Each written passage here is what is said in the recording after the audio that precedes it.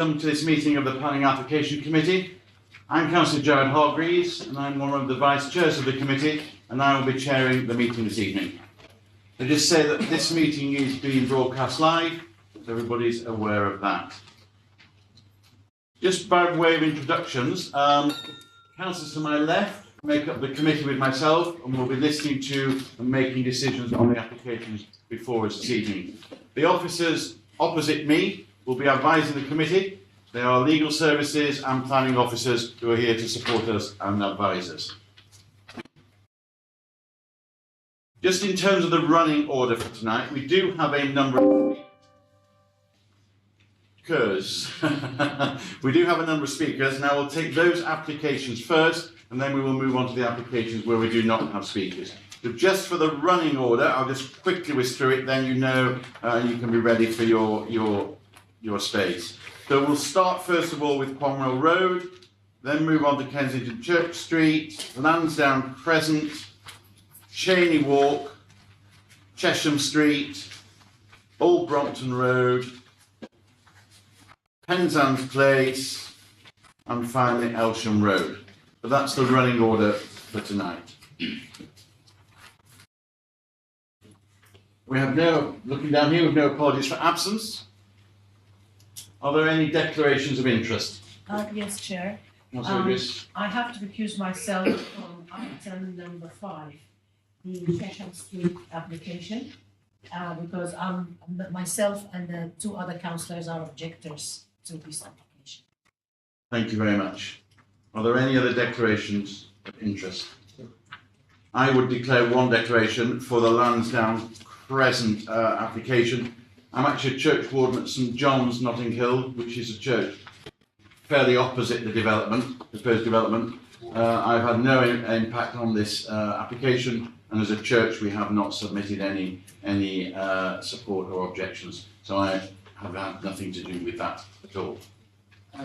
Chair, sorry, I might stand up for number 9, flat A70 Elsham Road, which is in my room. Okay. Okay, thank you. So we've got those declarations on the front. Thank you. Any other declarations pertinent to tonight's meeting? Thank you. So item 3 on the agenda, the minutes of the last meeting held on the 24th of January 2023. Members agree that I can approve these minutes? Agreed. Thank you very much.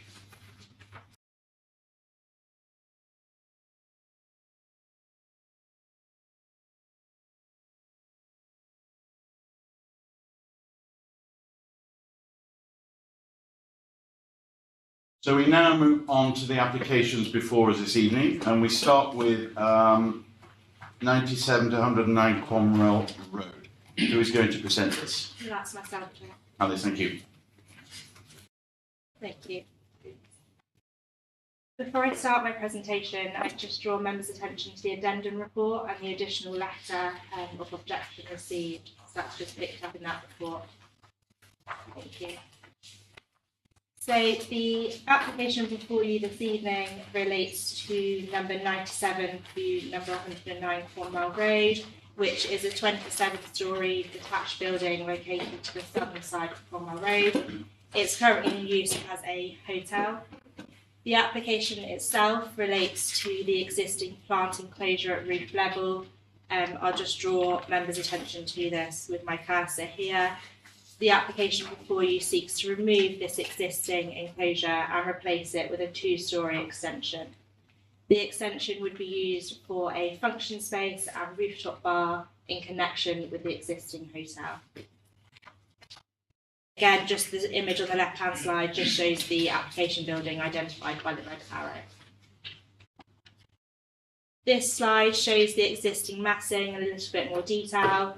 The existing massing is part 2-storey, part 3-storey with a maximum height of 11.8 metres. Again, you can see this in section form here, illustrative here, and then also an existing street view has been provided on the slide in front of you. This shows the existing north elevation. Again, I'll just draw members' attention to the existing enclosure at roof level here. You can see that there are varying height levels there. This is the elevation which fronts onto Cromwell Road. The existing east elevation can be seen here. This elevation faces onto Ashburn Place. The proposed north elevation can be seen on this slide. Just drawing members' attention to the extension here. It would be 2-storey with a flat roof with a maximum height of 8.4 metres.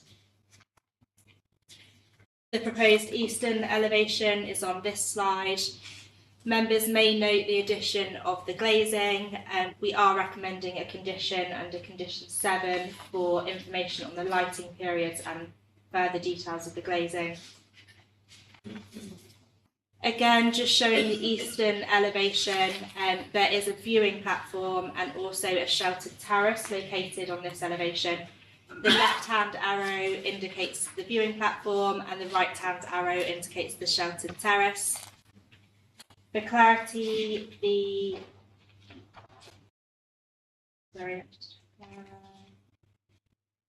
dimensions, the terrace would measure 8.3 metres by 3.2 metres.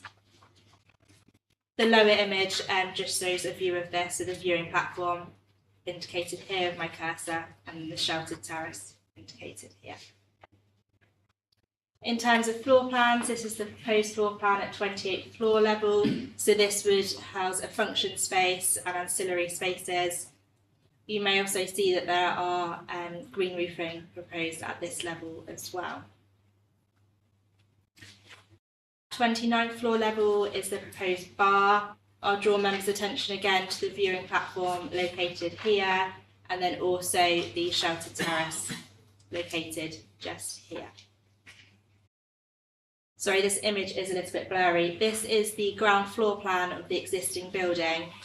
This was just to indicate that the proposed rooftop bar and function space would be accessed by the existing core of the hotel, and so it would remain ancillary in that regard. Just to indicate the proposed materials, it can be seen on this slide here. Okay, and that concludes my presentation. The officer's recommendation is to grant planning permission subject to the recommended conditions set out in section 8. Thank you. Thank you very much. We do have some speakers on this application, so I'd now like to call the objectors, Claudia Bronda and Alan Lester, to come to the table here. You have 3 minutes between you, and we will be timing it, so can I ask you to stick to the time? Good evening, Chairman and Councillors. My name is Alan Lester on behalf of Cornwall Gardens Residents Association and Garden Committee. I'll speak first, followed by Claudia Bronda on behalf of Ashburn Gardens Residents Association and Garden Committee. We are all numbered with the Kensington Forum. Every opportunity should be taken to mitigate its worst effects. Relevant is the London Squares Preservation Act 1931 and the Land Swap Deed of 1971, which permitted, wrongly in our view, a wretched thing to be built in the first place. It is against this background the 3 planning applications submitted to date by the present owners and any future applications should be strictly judged. Point 6 of the planning report is misconceived. Here is an opportunity to reduce the height of the building and level off the roof. Yet time and again the report refers to a roof extension, but then relies on mitigating factors to compensate for this extension and increase in height. See 6.8, 6.14 and 6.27. For example, 6.12 is not understood as there are indeed views of the site from the Cornwall Conservation Area. The conclusions in 6.13 and 6.14 are therefore wrong. Point 4.5 of the planning report fails to deal with buildings and structures which have occurred in previous years. These promote and encourage commercial activity on the protected garden and are therefore always relevant in any planning consideration. For example, where buildings have exceeded the permitted development in the 1971 deed, where the remaining protected garden is atop or surrounding underground or surface structures, and where secondary permanent fences have been erected within the perimeter of the protected garden. By creating yet another amenity area at the top of the hotel, further pressure will be placed on the protected garden as an amenity space by hotel guests as part of the overall offer, in addition to the other hotel entertainment facilities being provided. Such a facility will further blur the line between where the hotel and its commercial activities end and the protected garden and its permitted use and management begins. Thank you. Specifically, regarding the rooftop bar eatery, not many details are known. We do not know how many patrons a day and night will be expected, how much more traffic they would bring to the area, precisely what the fire evacuation procedure would be from the 29th floor, what sort of management plan the management envisaged to keep rowdy patrons at bay, where would all the extra cars park, and, as other coffee shops, restaurants and banqueting facilities are planned within the hotel, what would be the total increase in entertainment space compared to licensed activity before the refurbishment? Until all of these questions have been asked and satisfactorily answered, we respectfully request that this applicant be refused and that any remaining applications for the site be considered as one major project rather than piecemeal. We also consider the Planning Department's proposal to arrange three-way meetings between the owners, the residents and its own officers a good one to allow for meaningful discussion and consultation in parallel with the planning process. Thank you. Thank you. Thank you very much. Thank you. Right. Now I'd like to invite Mr. Emerton to the table. On behalf of the applicant.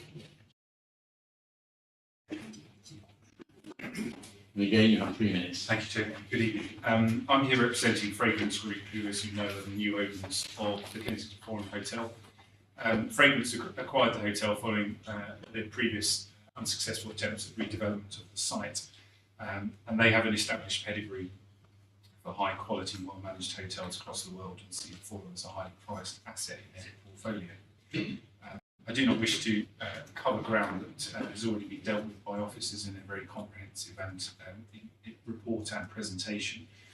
The positive recommendation reflects the early engagement with them and their open and willing approach to work with our clients who have established the Forum as a hotel that the borough can be very proud of. Given the history of the site, as has been mentioned by the earlier speakers, this early engagement involved the residents who were very active in the previous proposals. And we have engaged with them as a tripartite approach with the council, understanding our proposed works, the nature of the individual applications and the splitting of the applications.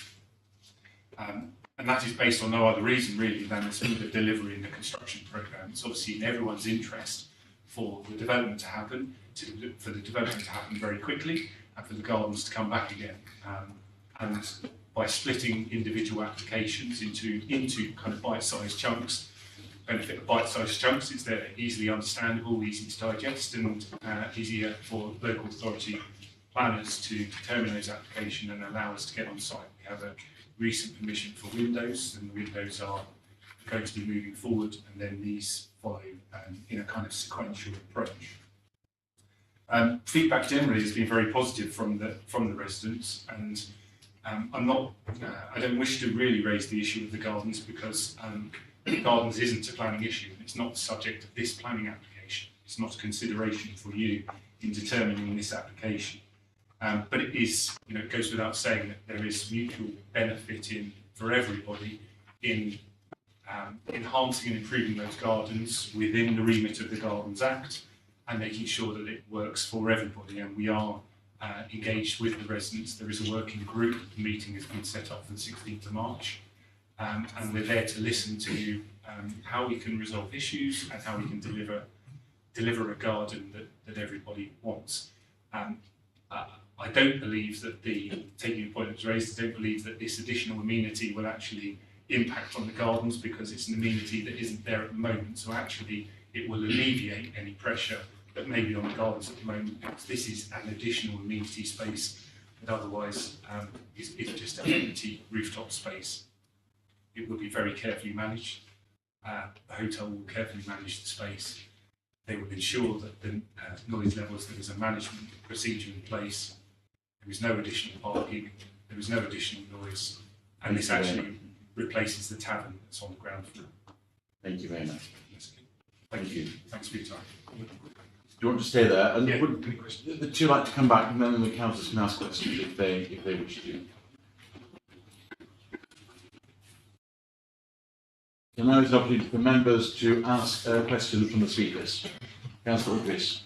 Thank you, Chair. A question to you. So you answered part of my question by mitigating noise and parking and also, but also I think Mrs. Broda referred to something about fire. Do you have fire exits? Have, Yes. plans? And so she can. It's an existing hotel with 27 floors. But for to the additional you Yes. have. So there are limitations on fire restrictions, place limitations on the number of occupants that can use that space. And I also saw in your in the plans you have a green roof. Does that have pollinators by any chance? They can do, Okay. absolutely. That's- There's the details of that level of detail is yet to be developed. But Okay, yes, we got in there. absolutely. All right, thank you very much. My next question, sorry, is, are you satisfied that these things are mitigated now? The parking, the noise, the fire exit? I think Do we, the details are still to be, To be, yeah, but there is, when we see the details, then we can comment. okay, thank you. Thank you, Chair. thank you, Councillor McEvoy. Thank you. I'm just trying to establish exactly what we know about the potential harm to residents, particularly from the open spaces at the top. And the officers refer to one space, which is what 3 meters by 8 meters. Is that the dining terrace part of it? Yes, so that's the. Sorry. So 3 by 8 is the dining part, and then there's a viewing platform. And what's the size of that one? I don't know, but it's, you can see it on the screen, Yeah. there, it's the blue arrow. Yeah. It's probably approximately 2 by 5. It's not designed to be a viewing gallery as such, it's a space. Space, right. And the uses of both those, just so I understand it, the part of dining will have obviously service and people will be eating and or drinking. Yes. So people will be out there, and then a management plan will control the timing of them. Is there, and again, if this is not decided, just say it isn't decided, but is your plan, was the actual plan to have music out there, or just the normal people talking? It hasn't been decided, but it's obviously an important issue about audible noise outside the building. We don't believe that being 27 floors up, the noise will travel downwards significantly to residents. Sometimes later at night, I think residents, that we're all in the area, Yes. residents will know that when everyone else goes quiet, then Yes. then there can be Yeah. amplified music. And for the viewing terraces, is the same arrangement? People, are they served out there, or is it just standing? It's the viewing terrace is the space where you first come into the space, and it is a enjoyment of the view space. It's So not take a photograph there, but that not, kind of thing. but not for music there. It's at all. not a dwelling space. Thank you. Councillor Etty. Thank you, Chair. Just an exchange with Councillor Marcos. Is the viewing platform enclosed for open area? That is an open space. How far is it from the actual space where you have the dining table? Can you tell them what it's making? Where the dining room tables are, that is enclosed. The viewing, the one with the blue arrow on the right hand side, that space, that's not enclosed. The second question would be, in your speech you said that it's quite beneficial for the public. I wonder, is it accessible to the public, or is it just guest only? And could you elaborate how it's beneficial to the public and the residents? My beneficial point was more to do with the gardens, but if I answer your question, the spaces will be open to both hotel residents and members of the public. Walk-in, just straight. Walk in, yes, within limited capacity. If the space is full, the space is full. But there's no restriction. You don't have to stay in the hotel to be able to go to the space on the roof. We want it to be a public benefit for residents of the local area. We think there are very, very few of these kind of spaces within the borough at this kind of height, giving you the view across London. I mean, it is a panoramic view across London. It's quite spectacular, and that we benefit. But needless to say that, you're saying local resident, anybody can use that, so Yes, it will increase the amount of people and vehicle traffic into the hotel. It won't increase vehicle traffic. I mean, because there is limited parking, there is limited areas. I mean, there will be drop-off taxis Yes, arriving. yeah. But So again, that, I include that in traffic. yeah, but the space is controlled and limited by. It's not a space for 1,000 people. It's limited by capacity, and therefore it's not going to derive a huge amount more than the hotel already does or will when it's a refurbished, much better, higher quality hotel. Is it the intention to keep the viewing platform open for the entire time of the bar and restaurant are open during the evening? It gives a regular pub. That is where the noise would come from. So I'd like to establish what's the idea behind the platform. What time are you planning to keep that open? Because I imagine if there is any noise pollution coming from, I would imagine it's coming from the platform. The devil will be in the detail of that, and it will be part of the management strategy. At the moment, there's no approach to close that before the rest of the bar or the rest of the space. Would it be open to smokers, for instance? I don't think it would. I don't think that would be an acceptable use for that space. I'm sure people would quite like to pop up there and have a vape, but I don't think that's an acceptable use for that space because it's a public space, even though it's outdoors. Still a kind of tight space for people who want to use it and enjoy it. Any more questions from the Sorry, speakers? stuck something after Councillor Grant. Could you give the rough estimate? How many people can stand at that viewing area? Just a rough estimate. Well, it's a good question. I would imagine. Well, you don't want to pack them in because you're there to enjoy the space. I would imagine 6 or 8 people. Sorry? 6 or 8 people. If you look at the tables and chairs, you get 4 people around those tables and chairs, and it's a similar size to 2.5 of those tables. Is that 3 by 8? The viewing. No, 3 is the. 3 by 8 is the Is there the dining. Okay. 6 Okay. Thanks. Do you want to just confirm that? Yeah, so just to confirm that the viewing platform is the 3 by 8 dimension, not the external terrace. 3 by 8. Remind me again what then the dimension is of the dining bit. Yeah, I've got that to hand. So the projection, so looking at this depth just here, would be 2.8 metres, and then the width, measuring from where my cursor is, would be 19.6 metres. Okay, have we any more questions for our speakers? Thank you very much. You want to stay there or go back to your place? We're going to ask questions of the officer now. So now is an opportunity for members to ask questions of the officers. Who would like to ask any questions? Okay. I'm just trying to establish the level of harm for local residents, and maybe Officer thinking to just inform us on this. We know it's a very tall building, and therefore it may be that the replacement of plant with other structures is not massively noticeable from ground level.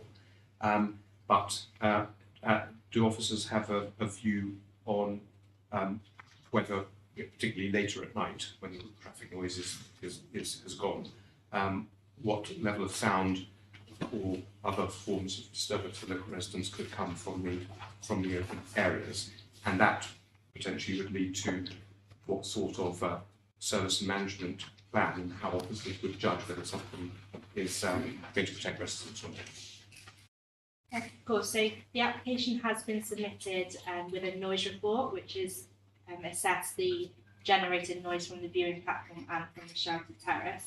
That has been set out in more detail in section 6.16 and 6.17 of the officer's report. that noise report that was submitted demonstrates that there wouldn't be a noticeable impact in terms of noise and disturbance to nearby residents and nearby properties. In order to further safeguard any potential disturbance in terms of noise, you have got the conditions recommended for the external management plan, which I believe is condition 8. So that would allow officers to further assess the times in which the viewing platform and the shelter terrace may be used, and would also allow officers to control potentially, as already discussed earlier this evening, any noise in terms of music and potential numbers of people using the viewing platform and hours of operation. Understood all of that. Just how would you, based on our conversation tonight, if it does go ahead and get granted, how would you take whether there should be or shouldn't be any amplified music? Are you because the noise report didn't include that, I'm guessing. No, I don't believe it did. So the noise report was reviewed by the council's environmental health team, and they were satisfied with it. Any following applications, so such as a discharge condition application, would be referred back to the experts in environmental health, and they would review it fully. And just following up on that, from what we've heard, Yeah. Would that condition be consulted on so that local residents groups could express any concerns with it? So the condition, any condition application that would be submitted would have a period of 21 days, and I believe they would be notified in terms of a newspaper advert, and it would be on the weekly list. I don't believe a neighbour notification letter would be sent out on those applications. Residents groups will know But about residents groups, yeah. Just if I may continue on condition 8, just in bearing in mind the conversation, what particular issues will you be looking for? Because those are quite general headings on condition 8. Drilling down, what will you be looking for to make yourself confident? Yeah. So I guess in terms of the information submitted as part of this application, there's been limited information in terms of the hours of operation. And so we're not too sure exactly at the moment what time, I think it's already been mentioned, what time that viewing platform would be used for. So hopefully we could use that management plan to fully understand that.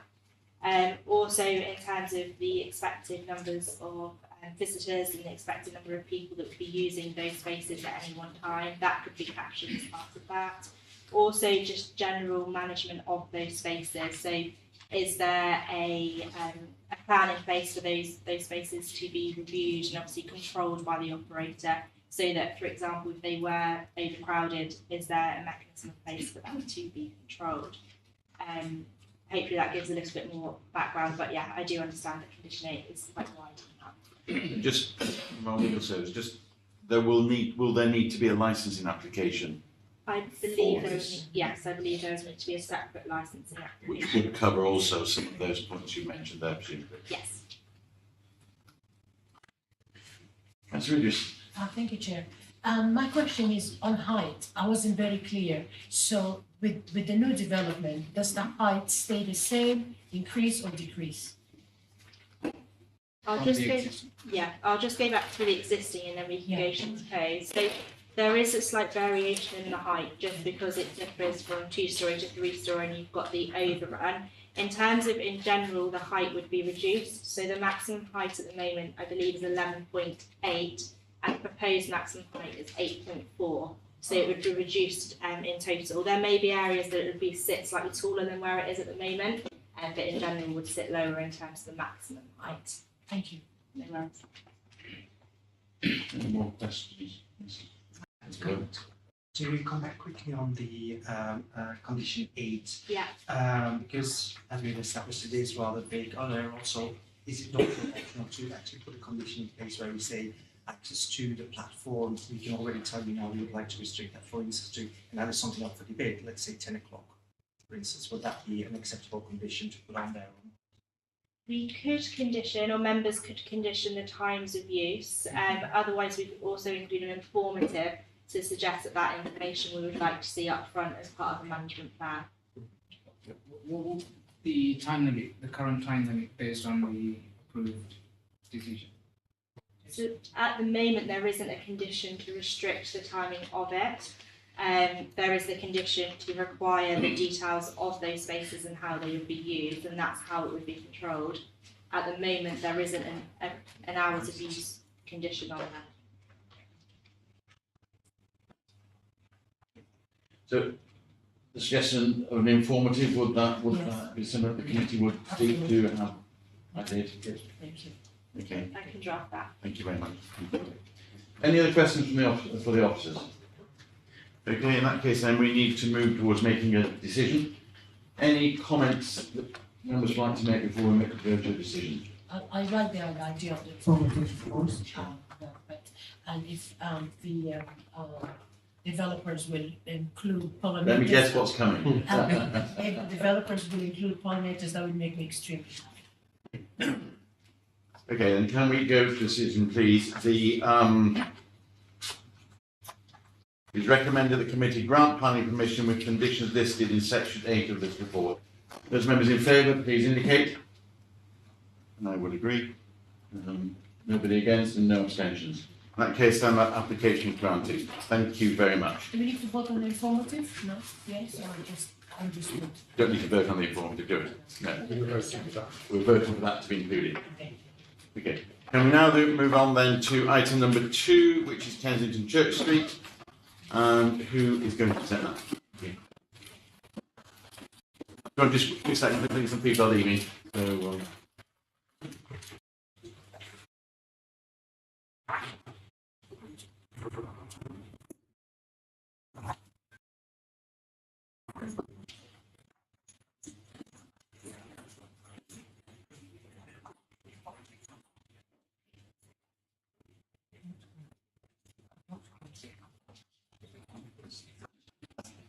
okay, thank you very much. Thank you very much. I'm present that, please now. Thank you, Chairman. So this application seeks planning permission for an extension at the first floor level to create additional office space. This is the area view. The red arrow points at the application side. The properties to the right are located along Camden Grove, and properties to the left are the Bullingham Mansion flats. This is another area view that shows the rear of the application side. You can see that the area is very densely built. These are some photographs of the site. The top photograph shows the existing roof of the existing extension and the view towards Wellington Mansion flats. The photograph on the left corner shows the view from Wellington Mansion flats towards Camden Grove. And then the photographs on the bottom corner shows the views from the application site towards the gardens of Camden Grove. This is the view from 31 Camden Grove towards the application site. You can see the existing boundary wall. Sorry for the lighting of the photographs, but that's the existing extension, the boundary wall, and then that's the existing building. That's some other photographs showing the Bullingham Mansion. That's the existing light well. The rear elevation, that's the view from Mansion. Bullingham Mansion light well, and that's the existing flank wall and the light well. That's the proposed ground floor plan. The proposed first floor plan showing the extent of the extension. As you can see, the proposed extension would be set back from the existing boundary along Camden Grove and Bullingham Mansions. That's the roof plan showing the proposed roof light and the green roof. The existing rear elevation, and then the proposed rear elevation, the proposed north elevation, side elevation, the existing section, and the proposed section,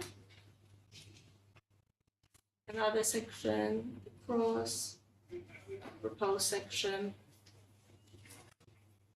That's the proposed extension and the rear elevation. That's some views from the proposed views from the neighbouring properties. Some visuals again showing the setback from the boundary and the roof plan. I would like to draw attention to the addendum report. There is a recommended additional condition regarding green roof. We are seeking details of the green roof and the maintenance schedule. We are also recommending an additional informative stating that any external AC units would require planning permission. I would also like to add an additional informative to state that the applicant will need permission from the landowner where the tree is located for the access if they need to prune it from the site. And that concludes my presentation. Thank you. Thank you very much. We have some speakers for this application. So I'd now like to call on Mr. Barnes, please, who wishes to speak, and then Libby Ibbotson and Jane Ibbotson and Councillor Foakes. Do you want to all come to the table? And Mr. Sivakaram. I'm here as well. Can you join us? Yeah. If we have time, then I'll pipe up then. Come and join us, and then if any time is needed to. So the objectors have 3 minutes to share, and then Councillor Fox will have 2 minutes as a ward councillor to speak. Okay. Okay. Please, you're going to start. Thank you. The committee will have read the comprehensive letter of objection from Smith Waters on behalf of Bullingham Mansion residents. They argue convincingly against the proposal on planning grounds. I won't repeat the points made other than to agree with them, especially the assertion that as a result of this proposed development, there would be, to quote, a material level of harm created. As seen from the immediately neighbouring properties in Camden Grove and Bullingham Mansions, the last-minute amendment to set the building back by a metre or so from the current boundary will have little or no mitigating effect. The resulting sense of enclosure involved will be as if there were a two-storey building, a proposal which this committee has previously refused. Smith Waters observed that many neighbours did not receive due notification of the application, that notices were not visible in the surrounding streets for any length of time, and that the public meeting call was not advertised to all neighbours. These factors are all troubling. Consequently, a democratic deficit has arisen, which has left those wishing to object to the proposed development at a serious disadvantage. We're very grateful to a planning officer for visiting the site. This came about only yesterday, and it must be doubtful, therefore, that enough time has elapsed for colleagues and those on the committee to appraise properly her findings. The planning history of this site, with previous flawed and poorly articulated applications, doubts about the viability of increasing office space in the current economic climate, and the difficulties faced by neighbours in considering this application suggest that a red flag should be raised in this case. I would urge the committee to reject this application. Thank you. My key observation on the planning report is that it focuses mostly on the site itself in order to come up with its recommendation, rather than the surrounding area impact. If you take the surrounding area impact into account at the back, you would not reasonably grant them. My main points are based on the planning report. Firstly, paragraph 3.3 mentions unarticulated windowless Bullingham Wall, but it fails to mention the light well, which you've seen in the pictures, and space on either side where there is negative impact on the residents. By the way, one of the photos of the light well from Bullingham is inaccurate.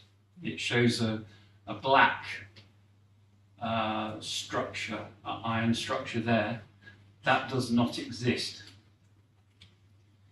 Secondly, character and design, paragraph 6.9. The statement in the report is that the development will not impact on the established nature of the surroundings. This is inaccurate in my view, because the gardens and residential flats at the back will be impacted by a brick and glass structure being squeezed into this available space. Thirdly, living conditions. The setback is not suitable as described in the report. At least on the Bullingham side, we're talking about 1.5 metres. A sense of enclosure, in my view, is manifestly increased. Sorry? You have to bring it to a close. Sorry. Okay. I therefore challenge the summary findings of the report because there's a disruption to the vermin pattern, substantial harm to the character of the conservation area, and detrimental impact on the standard of living for residents. Thank you. Thank you very much. Councillor Foulkes, you have 2 minutes.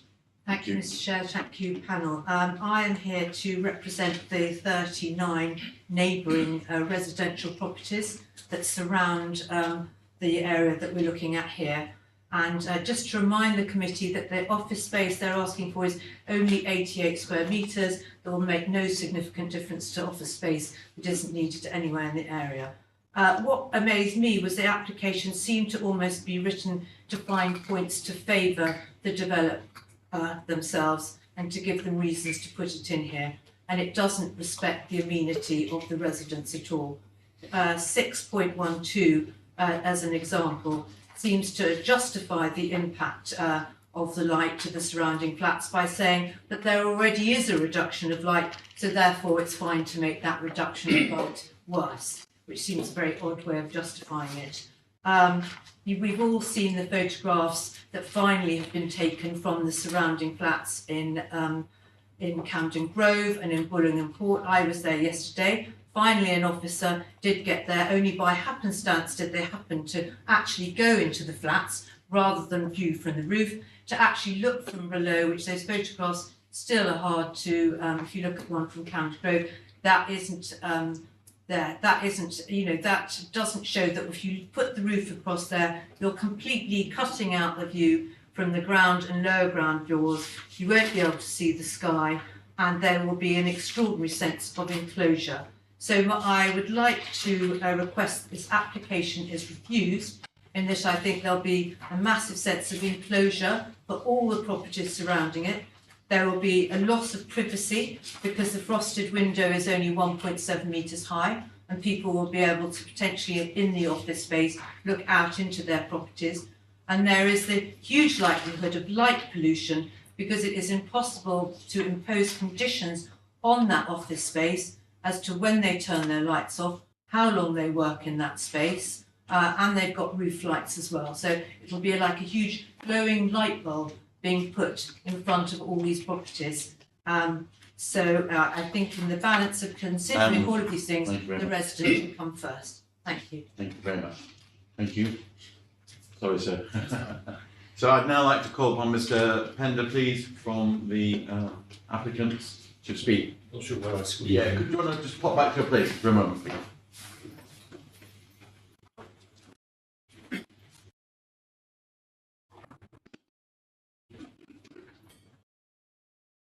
Mr. Pender, I did allow the objectors to overrun by a few seconds, so you have 4 minutes.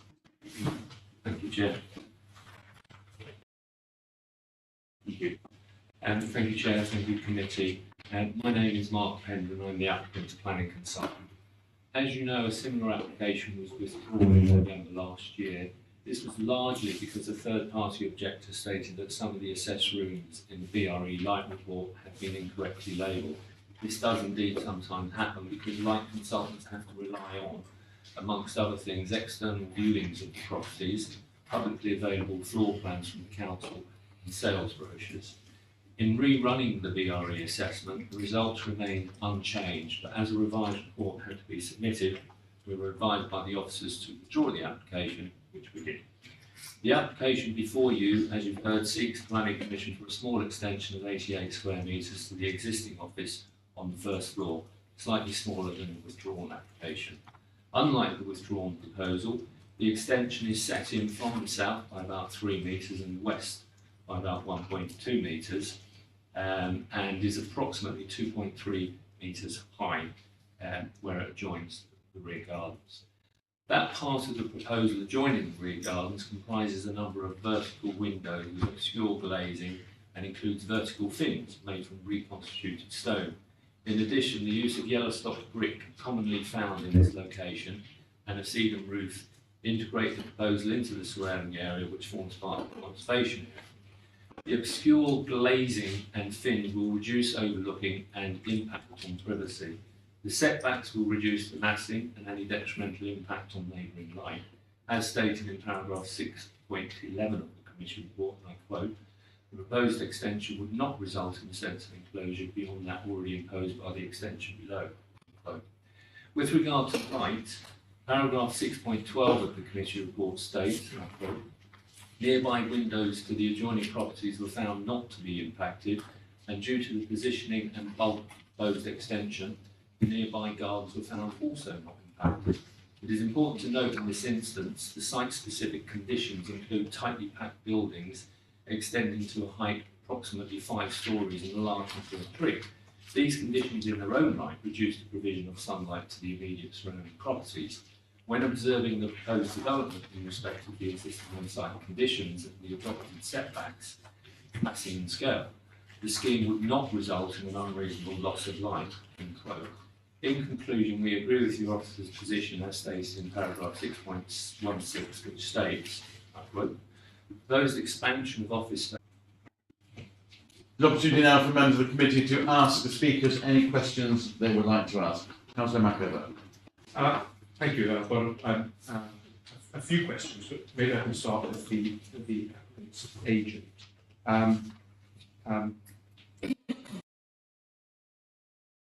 You said that this setback, 1 metre and the light bulbs occurred after the withdrawn application. Is that right? Yes. So just to get the sequence, the application was withdrawn because there were some questions about the light survey, the BRE light report. And then why was it that you chose to set things back? Was there something in the light report or the sense of enclosure that made you redesign it? Not entirely, no.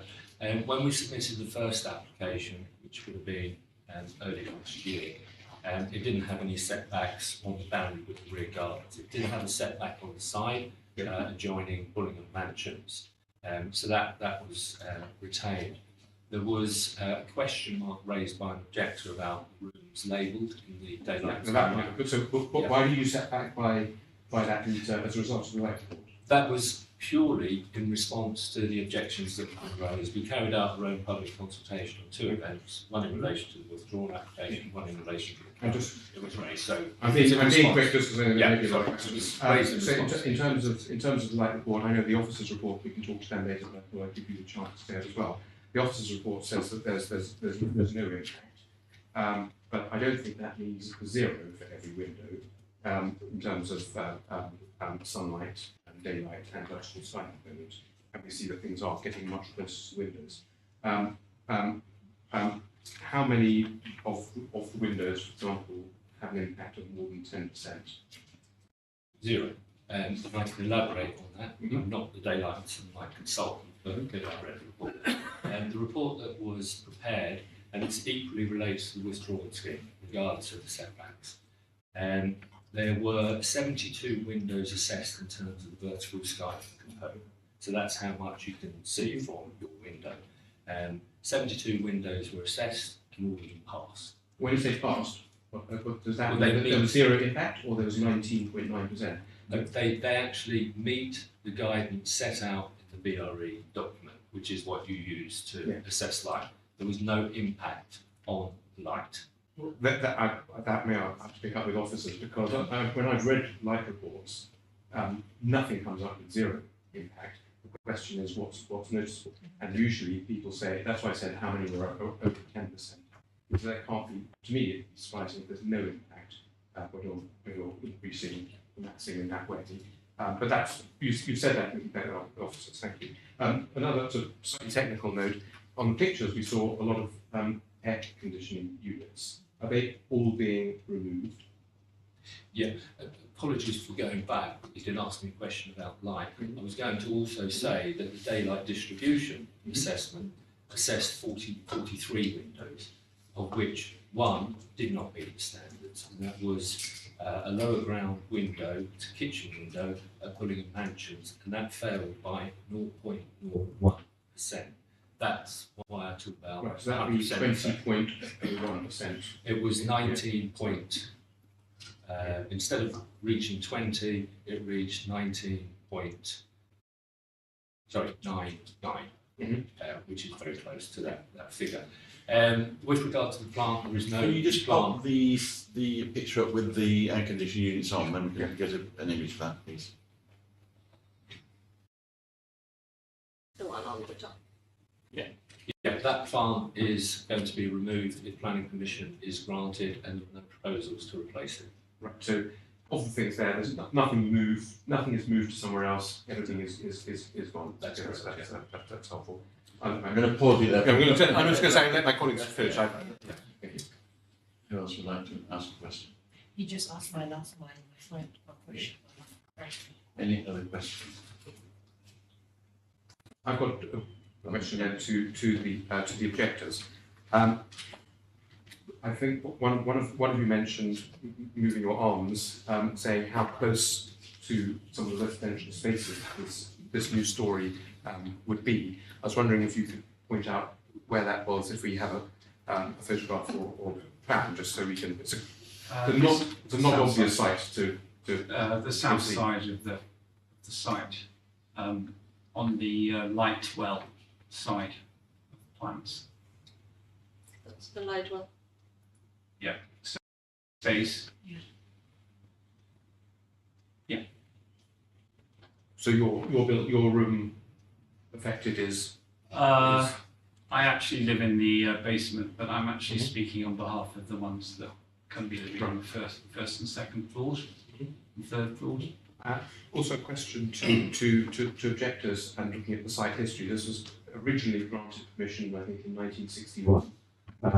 And sometimes when I look at these things, and there's obviously blank space, I wonder whether it's because the planning rules or planning committee at the time said to preserve the impact on local residents, you may not build above this level at the back. I was wondering whether anyone had any history on that. We talked to officers later, and I thought as I mentioned it, I'd ask you as well.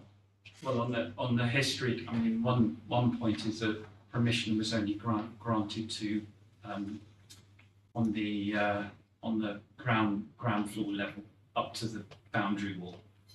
So what this proposal is to put something visually on top and protruding on top.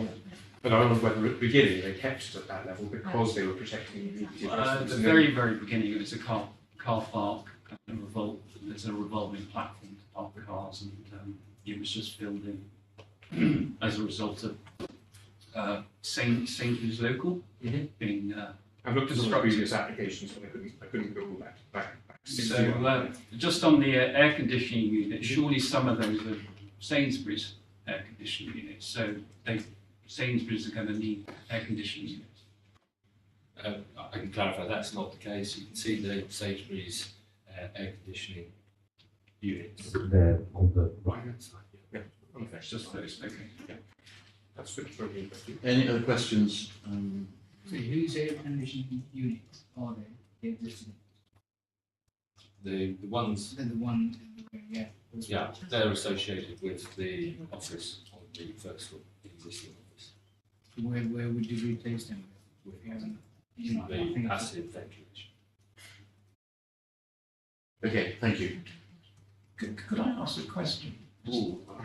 Just because I thought the councillor made a very good point about the light. Because are you able to control? I mean, if people are working in their office I don't think. 10 o'clock at night.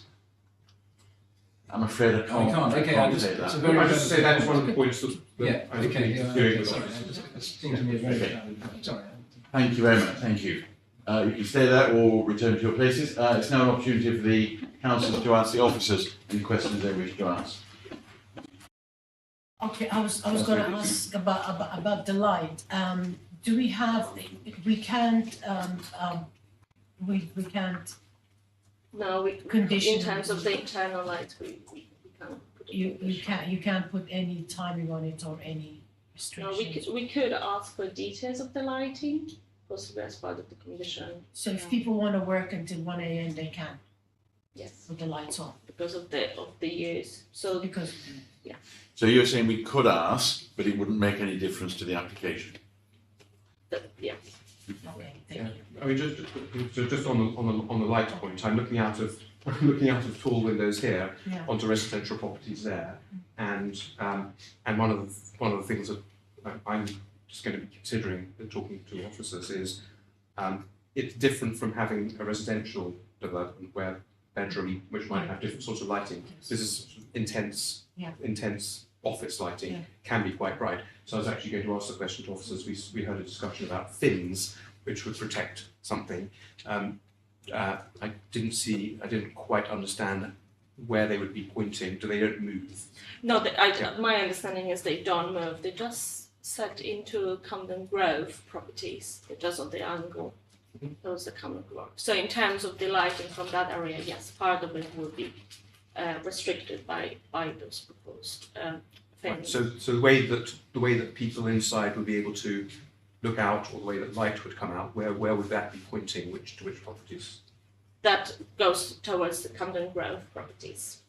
But in terms of overlooking, the proposal is to have 1.7 meters high glazing windows, steel glazed windows. So in terms of overlooking, they won't cure anything just above 1.7 meters. But in That'll terms just of block out the light. that will block out the overlooking towards neighbouring properties. But in terms of the light, you're still going to be able to see the light through the obscure glazed windows. But the fins going direction towards the Camden Grove. So yeah, I can show it on the. Yeah. So you can see them here. So if it helps, I can clarify the position with regard to the fins, because what you've been told is not correct. I'm afraid I can't accept that one. Can you go to the slide that we said is not true with that black railings and the black? And just clarify that, please. Yeah. So yesterday I did visit the site. There is a little so there is an access to the roof, and then there is a high wall to get onto the roof. Yes, the railings are not there. They were not there yesterday. But in terms of, there is a little platform between the level you accessing to the area, and then the roof is higher. And the railings aren't there, but I believe the wall is still there. More questions? There is just one. So there is nothing we can do or say to mitigate light pollution. Not from the planning perspective, just because the proposal is to extend the office use. Yeah. Thank you. Sorry. No, you go. In terms of the future proposals, I don't think planning can enforce any condition not being built on second floor, for example. No, we would make the assessment based on the application. So yes, if in the future the applicant would like to. So there's potential that you can apply for the second. That's correct. But we are just considering what. All right, thank you. Another question I had was, because the report says that one other things that are relevant to the decision should be trees, but I don't really see any information provided apart from a response to a comment made by one of the residents. So I was wondering what kind of evaluation has been done around the sycamore. Yeah, so actually the tree officer was consulted just before the committee, so it's not part of the report. But they did look at the report submitted with the application, and they didn't raise an objection. They've only pointed out the informative I recommended at the beginning of my presentation, but the report that's submitted was not acceptable. Thank you. Just one last question, then we need to. My problems are with 6.11 and 6.12. It says definitively on line 2 of 6.11. The proposed country would not result in a sense of enclosure beyond that already imposed by the extension below. But when someone does build up, even though it's not terribly tall, it's what 2.5 meters. That is a building that's coming much closer to people who are on the equivalent level. So I was wondering, can you assist me in telling me how it's definitively not creating a sense of enclosure? And because I only have one question, I also have to challenge 6.12, which basically says the adjoining properties would not be impacted and there would not be an unreasonable loss of sunlight. That's 6.12. When it says not impacted, is the report referring to the fact there is 0 losses of daylight sunlight, zero, or is it referring to there would be, but it would be below the level that would create a significant harm, which is thought to normally in VRE terms be 20%? So let's start with the lighting. So yes, in terms of the impact, it would be a harmful impact in terms of the lighting. There will be impact, and the same with the sense of enclosure. You will be able to see the extension, and there will be impact in terms of that additional massing. But because of the setback from the existing boundary wall, which is already really tall, that setback of around 1.2 meters along from this boundary to the proposed extension, and I believe it's around approximately 2.6 meters from this boundary to the extension. That will be sufficient distance in the officer's assessment for the extension not to have a sense of enclosure, and the same with the sense of loss of lighting. They would be looking at the daylight sunlight assessment. There will be some loss of the light, but it's not greater than 20%. That's I think, Yeah. the answer's open. I believe there is one window within the light well. There will be more, but just because it's more than 20%, it means that you'll be able to sense it rather than it's completely unacceptable. Okay, so can you just clarify then before we go to a vote? Can you just clarify the additional conditions and informatives that you mentioned on the addendum, please? Yes, so the additional condition is to ensure detailing of the green roof that is being proposed and the maintenance schedule, and the additional informative to just inform the applicant that they need to apply for planning permissions for any additional air conditioning units, and also the access to this property if the applicant needs to prune the tree from that land. Thank you very much.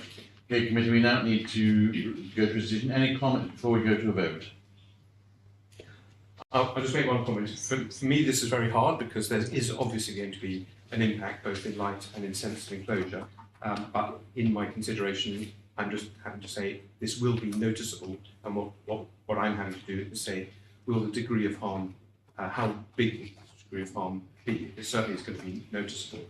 And I'm thinking I'm going on the official reports and on officers who've now been there and are confirming the relationship between the buildings to us. Okay, so the recommendation to the committee is to grant planning application with planning permission with conditions listed in section 8 of this report. All those in favour of that recommendation, please indicate. All those against, please indicate. And all those abstaining. That application is refused. Thank you very much. Can we now move on?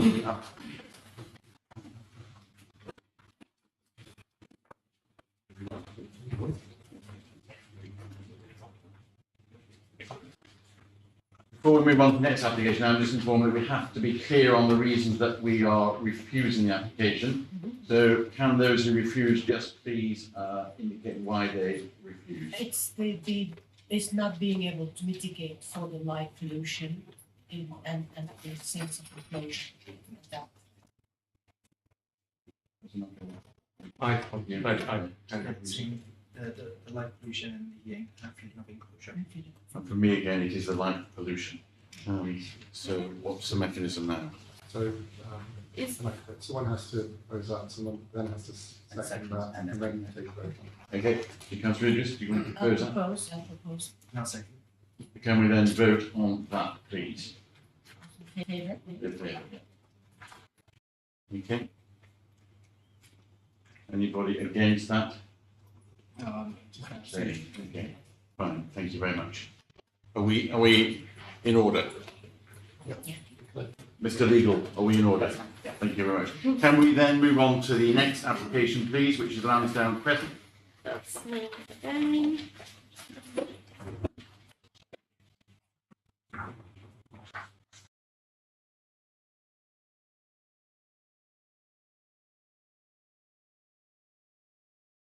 Thank you. Not to introduce Patrick. Thank you, Chairman. So this planning application is, planning permission is sought for basement extension, rear and side infill, lower and ground floor extensions, mansard extension, alterations to facade windows, and installation of AC unit. So this is the area view. The application site is marked with the red arrow. And this is the photograph of the application site on the right-hand side and the adjacent property number 6 on the left-hand side.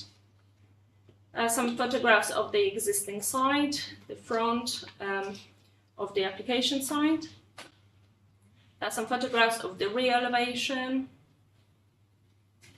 A photograph on the left-hand side shows the existing basement number 4. And then the photograph on the right-hand side shows the existing extension number 6.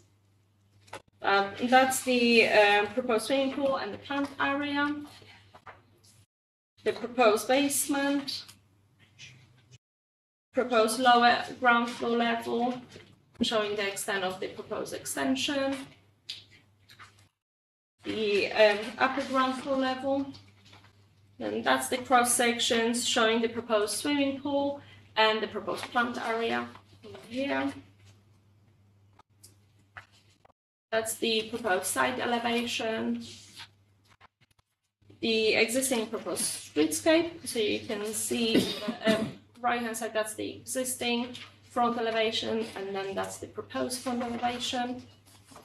And then that's the proposed and existing front and rear elevation. I would like to draw your attention to the addendum report.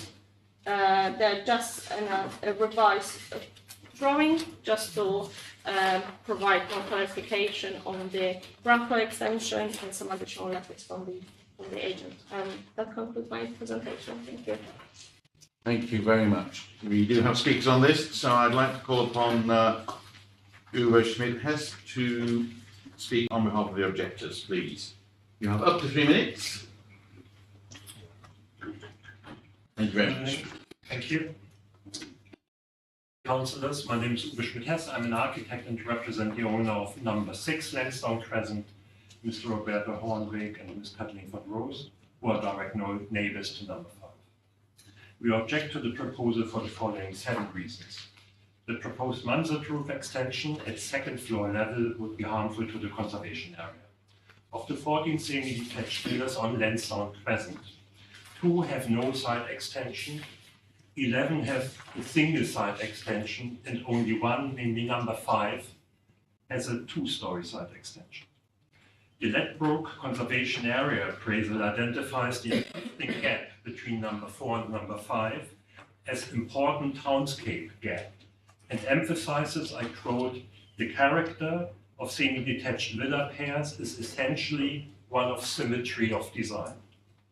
It further states, and I quote, many reduced gaps remain above low side extensions and garages, and these are also a positive feature that should continue to be preserved against incremental change. That's the appraisal of the conservation area. In our view, the proposed changes to the front facade, which is used in the officer's report to justify the additional mansard roof extension, the proposed changes to the front facade of number 5 do not outweigh the harm caused by the additional mansard roof side extension. Furthermore, the fact that number 5 has already an existing overbearing double-story side extension is no justification to permit an additional floor. If the application is approved, the reading as a pair with number 6 and preservation of an important townscape gap would be diminished. Therefore, it would be contrary to the principles established in the conservation area audit and planning policy. The replacement of the garage door with a large window would unbalance the front facade and diminish the reading as a pair with number 6. Third, the proposed rear facade of uninterrupted window doors at lower ground floor is uncharacteristic and out of harmony with the rest of the building. Fourth, the proposed rear extension at raised ground floor is extending the existing house in width and height. Therefore, this element becomes too prominent and distorts the original composition of the rear facade. Fifth, the proposed location of the rear garden staircase would open direct views onto the terrace and garden of number 6 and create overlooking issues. Sixth, the lack of drainage provisions for the rear garden increases the risk of flooding. And seventh, the lack of detail on the proposed car lift raises concerns in regards to safeguarding the structure of neighboring buildings. For all of the above reasons, we object to the proposal. Thank you. Thank you very much. Thank you for sticking to time. Thank you. Can I now ask Paul Watson, please, to come and speak on behalf of the applicant? Again, you have 3 minutes. Thank you. Thank you, Chair, members of the committee, and thank you for the opportunity to speak this evening. As you're aware, the application seeks planning permission for the construction of a basement, extensions at the rear, side infill, a part mansard, and various enhancements to the front and rear facades. The application was developed in close consultation with your officers, both planning and design, through 2 rounds of pre-application. All of the advice that we received has been accepted and incorporated into the final proposal. Prior to the submission of the application, efforts were also made to contact neighbours with recorded delivery letters sent and signed for, inviting comments, but none were received. As set out in your officer's report, the basement element of the proposal is assessed as complying with basement policy CL7. The rear lower ground floor extension has been designed to align exactly with number 6, follow its building line. The proposed side extension steps in from the boundary away from number 4 so that it would not appear overbearing on this property. Officers note that these elements overall comply with the extensions policy CL9 and the amenity policy CL5. At present, as you can see on the screen, 5 and 6 present quite a different appearance in terms of their front and rear facades, with little sense that they are apparent. Officers noted that if viewed in complete isolation, the proposed mansard addition could be seen as an element that would add to this visual imbalance. However, the mansard proposal is not in isolation. In order to restore the visual connection between the property and number 6, the following elements have been included. The removal of the non-original bulky chimney stack, the removal of the utilitarian roof level railings, the removal of the render from the upper floors to reveal the brickwork, raising of the front parapet to match number 6, painting of the retained render to match number 6, provision of new timber painted sash windows to match number 6, the reinstatement of the decorative window surrounds and a new front door very similar to number 6, reinstatement of Portland stone steps to the front door, and the reinstatement of cast iron rainwater goods. It's concluded paragraph 6.7 of your officer's report. These elements taken together represent significant heritage benefits that would help to restore the original appearance of the house and reunite the pair of buildings. It said that these would outbalance any harm caused by the proposed roof addition, and overall would enhance the character and appearance of the Ladbroke Conservation Area. For these reasons, we hope that the committee will feel able to support the officer's report this evening and grant planning permission. Thank you very much. Thank you very much. We'd like to come back to the table and then we can see if there's any questions for you, please. The opportunity now for the councillors to ask any questions of the speakers. Councillor Idris. Yeah, thank you, Chair. For this question for the agent, has there been any studies about possibility of flood? Because the area now floods quite a bit these days. So has there been any studies done to mitigate that? Yes, Councillor. It's a requirement with any basement as well, and your policy, I think it's C2.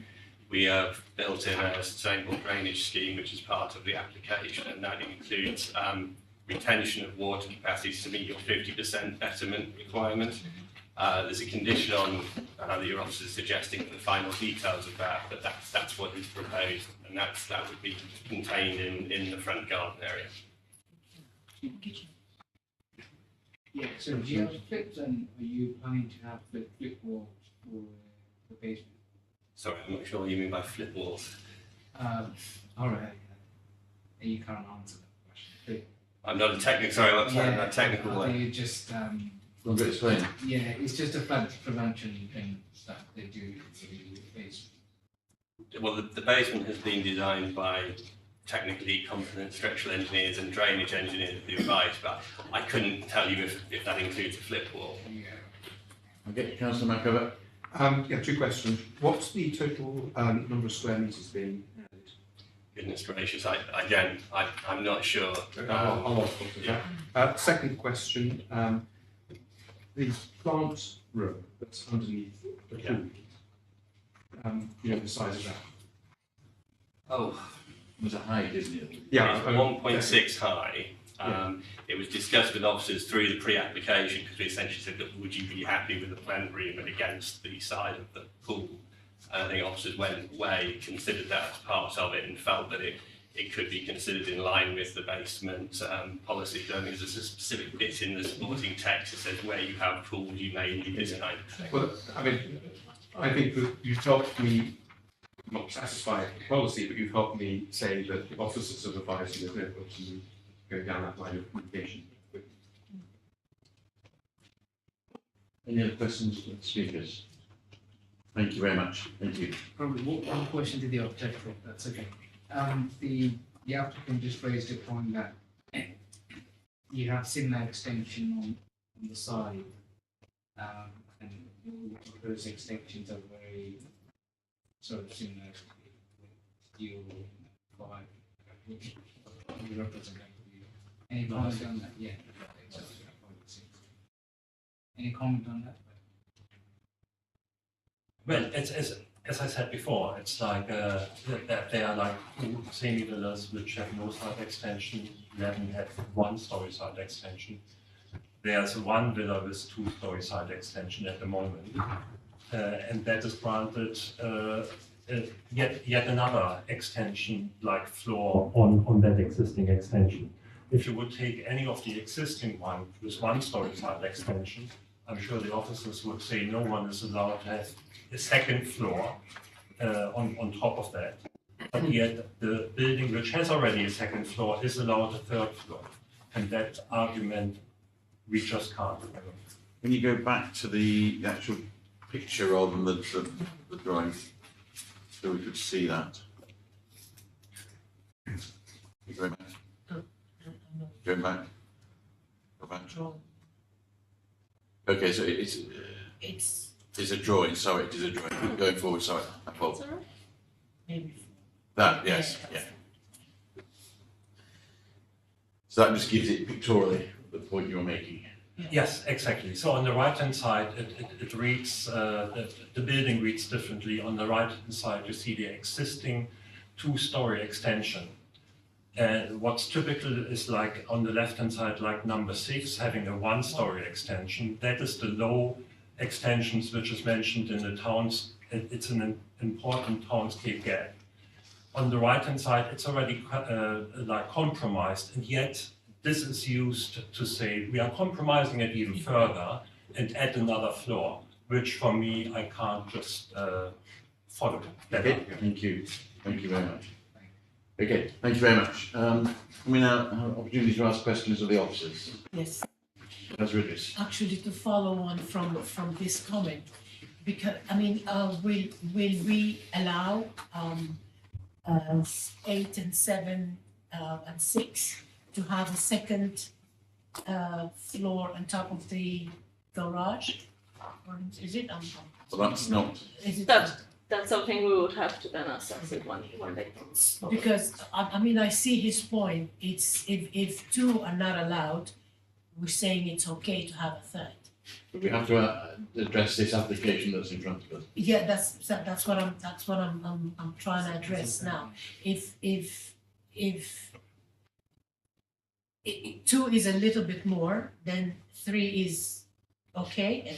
Am I? So yes, as part of the officer's assessment, they have taken into consideration the existing design of the property and the extensive extensions that were carried out previously. So as part of the assessment, they did take into consideration whether the additional matter will be acceptable or not. So they did establish that, as you can see, there's an already existing unbalance between number 5 and number 6. And the provision of the mansard roof would be acceptable given the public and heritage benefits, which are listed in the report, including cleaning the render to match the brick as number 6, replacement of the windows to match also more traditional windows. So taking as a whole of this application, it was concluded that it would be acceptable. But it has also been addressed that yes, the site has undergone very. So what's the addition, how much is in the increase square footage with this application now? Yeah, so the proposed GIS is 243 square meters. Addition. Yes, Addition. that includes the basement. 240, so that's a whole new house. That Top. includes the basement and the mansard, according to the application. Do we have a limit in this borough on how No, much- so in terms of the size, the properties, we would look at in terms of the impact on the neighbouring properties, impact on the conservation area, but there are no set maximum GIS for extensions. And we don't see any impact on the neighborhood or? No, in terms of the impact on the neighbouring properties, it complies with our policies. Okay, thank you very much. Thank you, Chair. On the depth of the basement of the pool Yes. plant room, I'm reading 6.14 very carefully. I noticed if I looked up on planning applications for two neighbours that number 4 has a basement floor to ceiling of 2.5 and number 6 has 2.6 metres. This has a 3.7 metres floor to ceiling for the basement floor, and that is meets the definition of generally to 3 to 4 metres, but then it goes on to say that a small extra allowance. Now 1.6 metres on 3.7 is 54%, so I would never consider that small. But more crucially to me, I don't see how it meets the policy in this way. And the applicant has been told that it does, so I'm trying to sort this out. The single story in your italics in 6.14 is one that cannot be subdivided in the future to create additional floors. Yeah. Now, if you take the 5.7 metres that's in 6.15, that would make, looking at my calculation, if you had a lower basement of 2.3 metres, and then you'd have 0.3 to 0.4 of your floor separation, then you could have a 3 metre additional basement. That would fit 5.7, and therefore I could definitely fit 2 stories into that area. So even though it's currently envisaged to be below a pool, they would be perfectly entitled, if they had dug this, they would be perfectly able to create a double basement there. And the reason, having sort of seen the policy from its inception, was to prevent the disruption from the extra spoil removal and the environmental harm. So my simple question is, can you convince me how your policy is being correctly applied here, in all politeness, because I'm confused. Sure. So in terms of our policy, yes, you are correct. The policy restricts the height of the basement to ensure that in the future there is no possibility to create a double basement or additional story within the proposed basement. The policy also allows a small additional allowance for the height if the swimming pool is proposed. Yeah, I'm reading that. That's true. Yeah. The neighbouring properties, so number 4 and 6, you are correct. They are lower in terms of their height, but they didn't apply for a swimming pool. There is no swimming pool with a very small technical point. Sorry to interrupt. Just to keep it quick. Is 5.7 does make 2 stories. That's simple maths. And therefore, I'm not convinced that this is policy compliant in this respect. In terms of the assessment of the offices, because of only 1.6 being within that space, that is too low for anyone to stand there really. And the access will be through the swimming pool, through the hatch of the swimming pool. Yeah, but it says in the future to be converted. Yeah. You've had your answer. Yeah. Whether Right, you accept it or not is okay. It's different. Okay. Any other questions of the officers? Okay. We then need to go to a decision on this. Would anybody like to comment before we go to a vote? I'll give a comment, which is just to help people, I actually think that the whole application is good, and except for the way that the basement has been defined, and I wouldn't like to overrule it, and I wouldn't like to prejudice the applicant because they've been given that information about what considers a double basement. But I do think that looks like a policy fail to me. So I don't know how to vote on that yet, but that's my comment.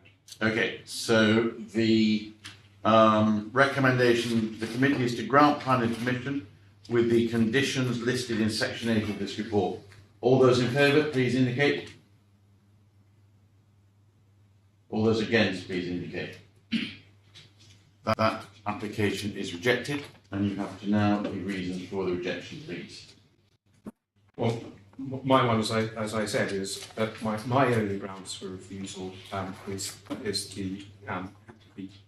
the possibility that or the failure to meet the basement policy of the story. And I would say, I would add to that the bulking. I think there is a lot of, there's too much bulking. Increasing a property by 200 plus meters, that's too much. In terms of policy, you're saying that creates a policy?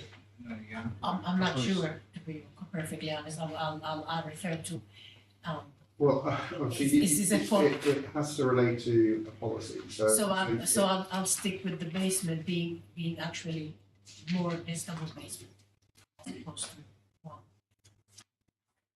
For me, I really like what they're doing with the building, making it in line with number 6. It is absolutely beautifully done, and I hope that they will keep that in any future application. The extra mansard, for me, it looks in line with the rest of the surroundings. So that's absolutely, for me, it's purely the basement issue. Okay. So that's the proposal. So could I just be absolutely clear? Yes. The issue is the depth of the basement, and the committee considers it effectively forms a double basement. A double basement. It is capable. It would be capable of being subdivided into 2 stories in the future, and that's what doesn't meet the policy. Contrary to policy CL7. Yeah. You vote on that? Yes, then? yeah. Agreed. Okay.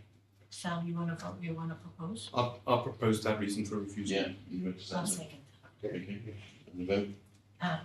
To refuse. Not to To- refuse, to- that's to- agree with to- that. to- Agree to- with to- that. to- Refuse that. Okay, thank you very much. Can we then please move on to application on Jenny Walk, please? Thank you.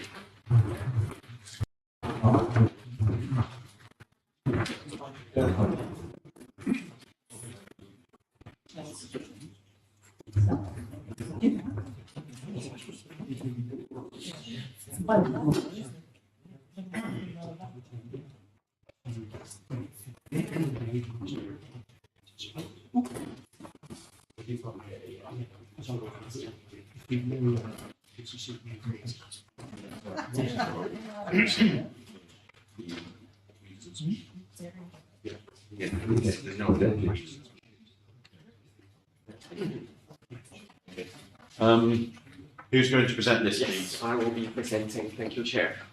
So this application at flat 16 at number 60 to 61 Shenyi Walk is proposing an extension of the existing mansard roof at 3rd floor with the roof lights, removal of the north-facing dormer window with a new west-facing dormer window, and repositioning of the existing air conditioning unit from the north part of the roof terrace to the west part of the roof terrace.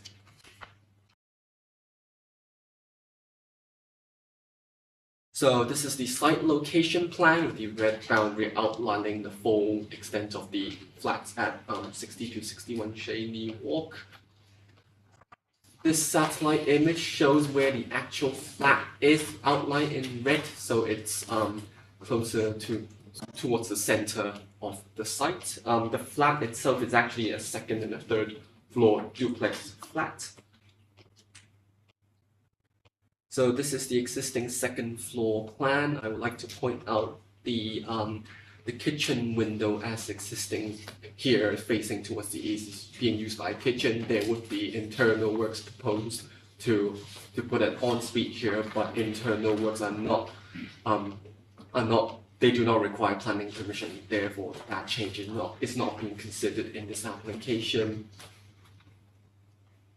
This is the existing third floor plan. The existing AC unit is at the north part of the terrace here, where the cursor is. Particular east-facing window will be serving an ensuite, but internal looks are not considered.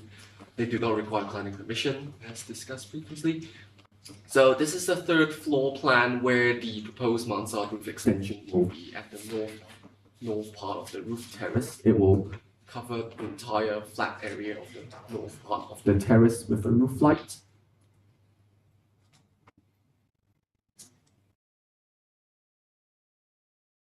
There will be an existing dormer window facing towards the west as a result of the roof, the mansard roof extension. The AC unit will be relocated to the western part of the roof terrace. So this is the proposed side elevation as seen from the north. And this is a section drawing when viewed from the west. And this is a section drawing seen from the south. This slide shows the images when looking, when standing on the terrace, looking towards the west, on the top left, and towards the north in the top center. And the top left photo shows the views towards the east. And this would also be viewed from standing on the northern part of the roof terrace. And again, more photos looking towards the west on the top right, and also the existing roof terrace.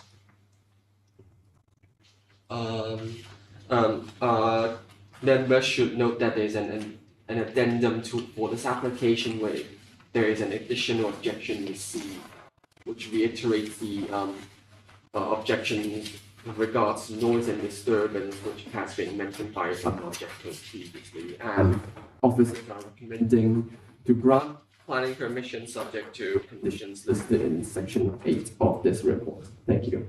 Thank you very much. The objection, Mr. Allen, has not turned up and not sent his apologies, so there will not be a requirement for Mr. Watkins to speak. Okay. So I would now like members to ask officers any questions they wish to. Nothing from me. Okay. Any comments before we move to a vote on that report? So it is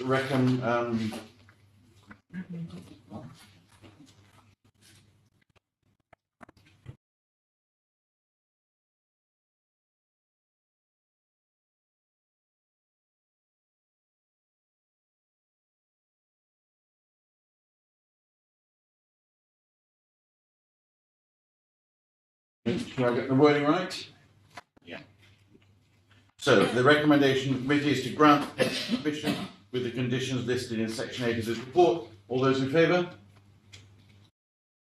Anybody against? And any abstentions? Thank you very much. That application is granted. Can we then now please move to Chesham Street? Quick 2-minute break. 2-minute break. I'm going to recuse myself. Okay, you're going. So we'll just have a 2-minute break.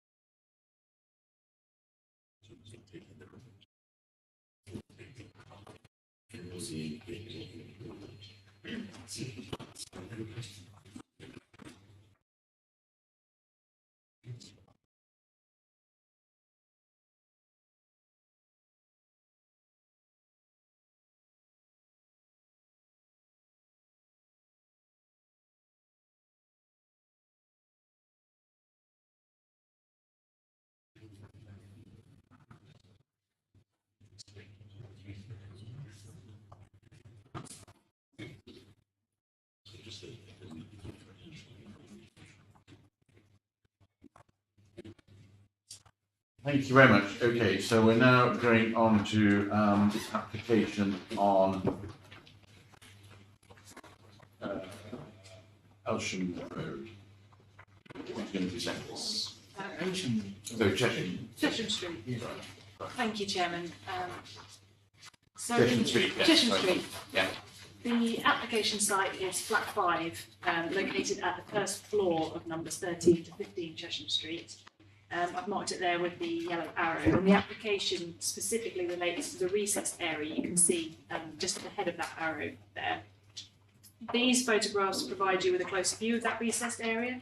So on the left-hand side, you can see the flat roof and the existing extension in that area at ground floor level for the flat below.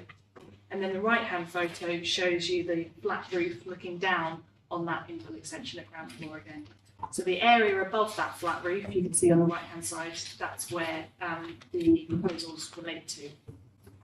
Just a couple more photos to give you a little bit more context. The left-hand one is looking south towards number 17.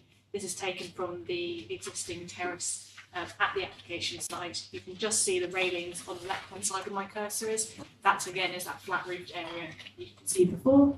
And the right-hand photo just shows you context at the rear, so that's looking towards the properties opposite on Cadogan Lane. In terms of the proposals before you this evening, it's proposed to erect an infill extension in that recessed area. So where my cursor is, that's the existing flat roof. And then this is the proposed at first floor in plan. You can see that the infill would not protrude beyond the rear building line already established at the site. You can see it would incorporate a roof light above, probably best understood in the second floor plan. So you can see there the flat roof of the extension with the roof lantern traditionally detailed, visible there where my cursor is. Helpful to understand in elevation, so the existing on the left-hand side and the proposed on the right. You'll see that the proposed extension incorporates a full height double window with a traditionally detailed Juliet balcony. I just thought I'd conclude the presentation with a comment on a previous scheme. You'll have seen from the planning history in the report that a scheme was refused by this committee last June. There are a number of differences. Most notably, this previous application that was refused did include a conservatory on the other terrace area of the property. That no longer is included within the application. You'll also note a slight change to the design of the infill. So instead of two large openings, that's now been reduced to a single opening with the Juliet rather than the more contemporary glazed railings that featured on that refused scheme. That scheme was refused on the basis of the impact on living conditions to the occupiers in the flats below. Officers are satisfied that this new scheme, given the removal of the conservatory element and the change to the fenestration, overcomes that reason for refusal. And that's the presentation, Chairman. Thank you. Thank you very much. We do have an objector to speak. Mrs. Vivian there, Lyle. Are you okay to come and join us?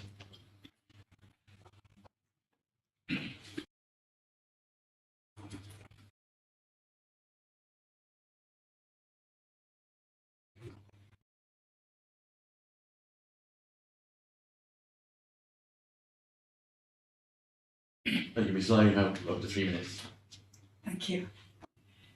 Chair and councillors, my name is Vivian Lyle. I'm the owner-occupier of Flat 2, 15 Chesham Street. I'm representing objectors from the building, residents of Chalfont House and the Belgravia Residents Association. The 50-year-old demised flat roof of Flat 5 has never been used or intended to be used as a terrace or amenity space. Therefore, there has been no overlooking. Policy C5, officers haven't sufficiently considered the negative impact of an infill on family privacy and the quiet enjoyment of our homes. If permitted, this development would allow direct overlooking of my balcony and the living room of basement flat 12A, whose roof is all glass. See figure 6 photo submitted by the applicant. Additionally, 6 flats over 2 stories at Chalfont House, which face this development, have habitable rooms which directly face the proposed infill kitchen. For all owners, their communal garden would be overlooked. So that is about 20 flats.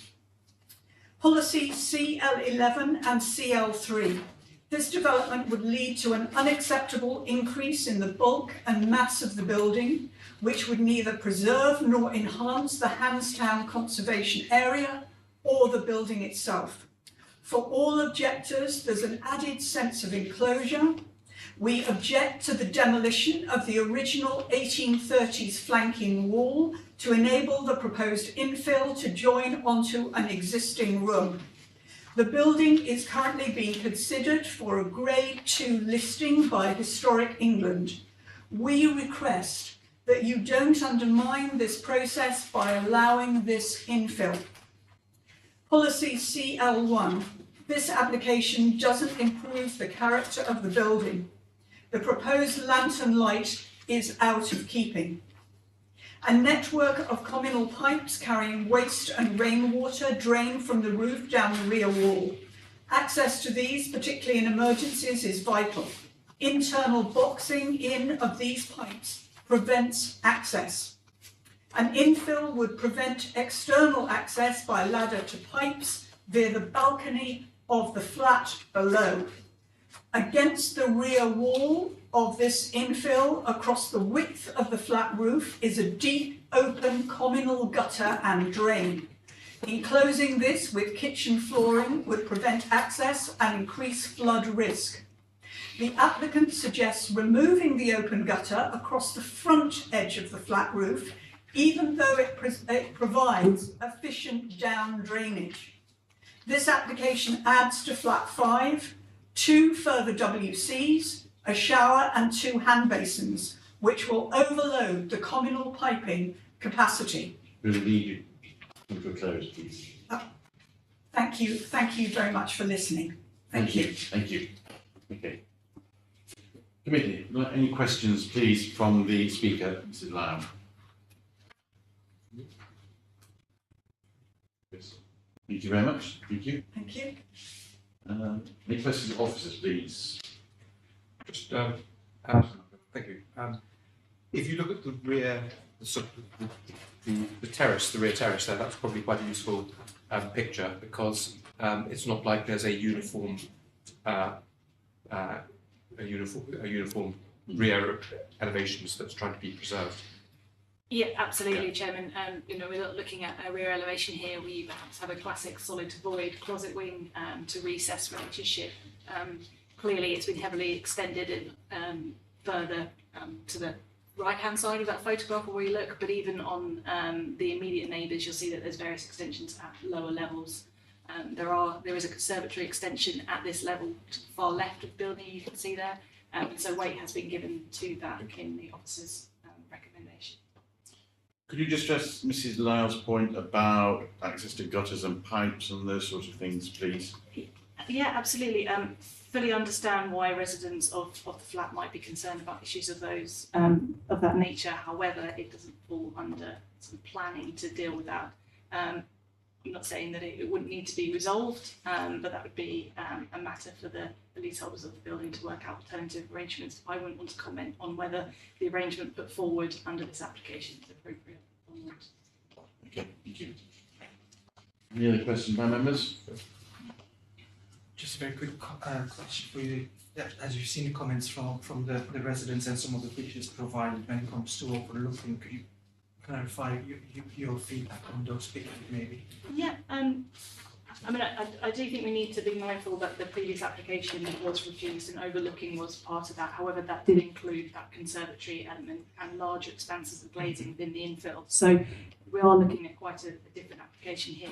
In terms of what's before us this evening, there is only one new opening, which let me just show you on the plan. It's probably best on the rear elevation. So this is the new opening that would be created. It is within, although it's an extension, it's within that recessed area. So that glazing wouldn't be any further to the rear than the existing window that you can see there on the flank wall to the left-hand side of the image here where my cursor is. So I think we would already say that there is a degree of overlooking there. This doesn't materially worsen it. This is a Juliet balcony, so it's flush with that window. There's no opportunity for someone to stand out there and peer sort of over and gain any views beyond what a normal window would. How far is that basement that you made an objection from that Juliet balcony all the way, the glass roof basement? Do you know roughly about how what distance would that be? Yeah. In terms of meters and stuff. Yeah, that. The drawings show you that this is the glass window to the roof to that extension that we're referring to. If I return to the photos, that area is here. As you see, at the moment, right. it's in that photograph. It's unhelpfully under the boarding. Okay, That's the location of that glass roof. So unless there's because it's a Juliet balcony, unless you go over, you can't really look into that. Yeah. You have got a Excuse me, I'm photograph afraid. looking down on the balcony. You should have it.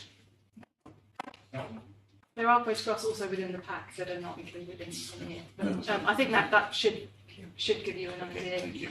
Yeah. Okay. That's a privacy objection that was recorded. Yes, that was a concern that the occupier raised. But as I say, given it's a Juliet balcony and there's an existing glazed opening, just a little bit to the left on the rear elevation, officers are satisfied that although the occupier might feel like the situation has changed, it wouldn't materially be worsened. Thank you. Thank you. So we now need to go to make a decision. Comments, please, from members before we go to a vote. Yep, so the recommendation is the committee grant planning permission with the conditions listed in section 8 of this report. All those in favour? That's 100% in favour. Thank you very much. That means that application is planned. So we now go to Old Brompton Road. Just want to get cancelled. Yes, please, yes.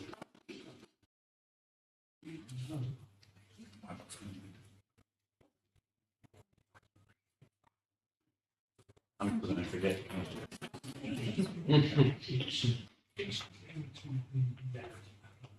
Jenkins, I haven't called you yet. We need to get the report from the officer first. No, stay.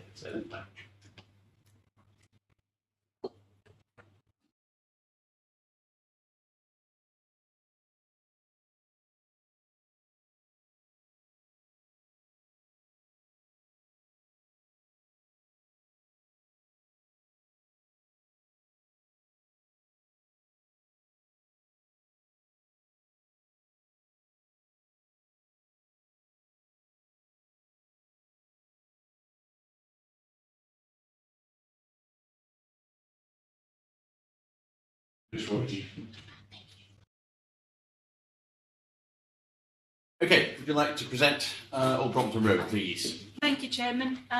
So we have two decisions to be made this evening, one for planning permission and one for advertisement consent. I'll present the pair as one presentation for you this evening. So the application site is the retail unit at number 36 to number 38 Old Brompton Road, located on the corner of Glendale Place. Shown there, you can see it's the unit with the white surround and the green fascia signage. And this elevation photograph is of the Glendale Place elevation to the shop front, and it's to this frontage that this application relates. You'll see the large area of glazing that forms the shop front here. And it's proposed to install an ATM set within the glazing on this stretch.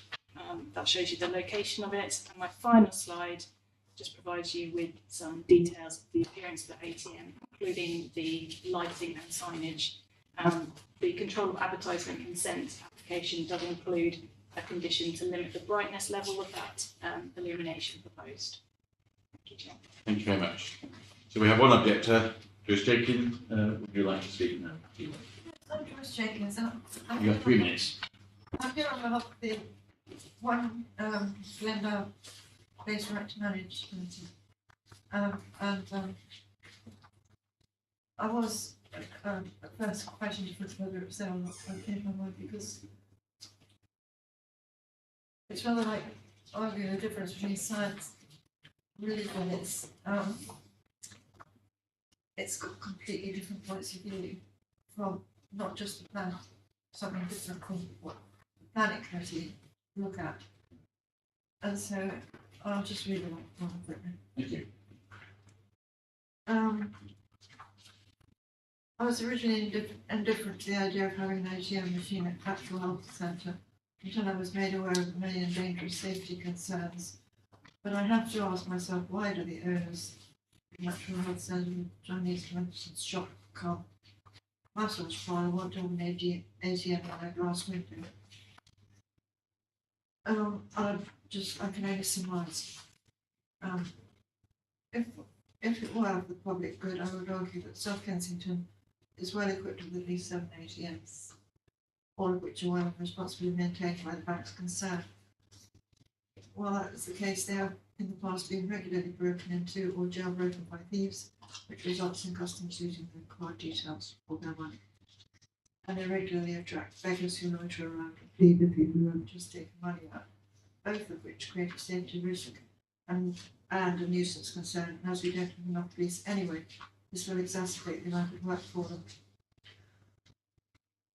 I consider it is an unnecessary risk to have an ATM in this medicine and national shop, and I would argue that an ATM is far more effective if it is under the auspices of the bank, where there's someone on the premises who knows how to put it up, not put it right and necessary.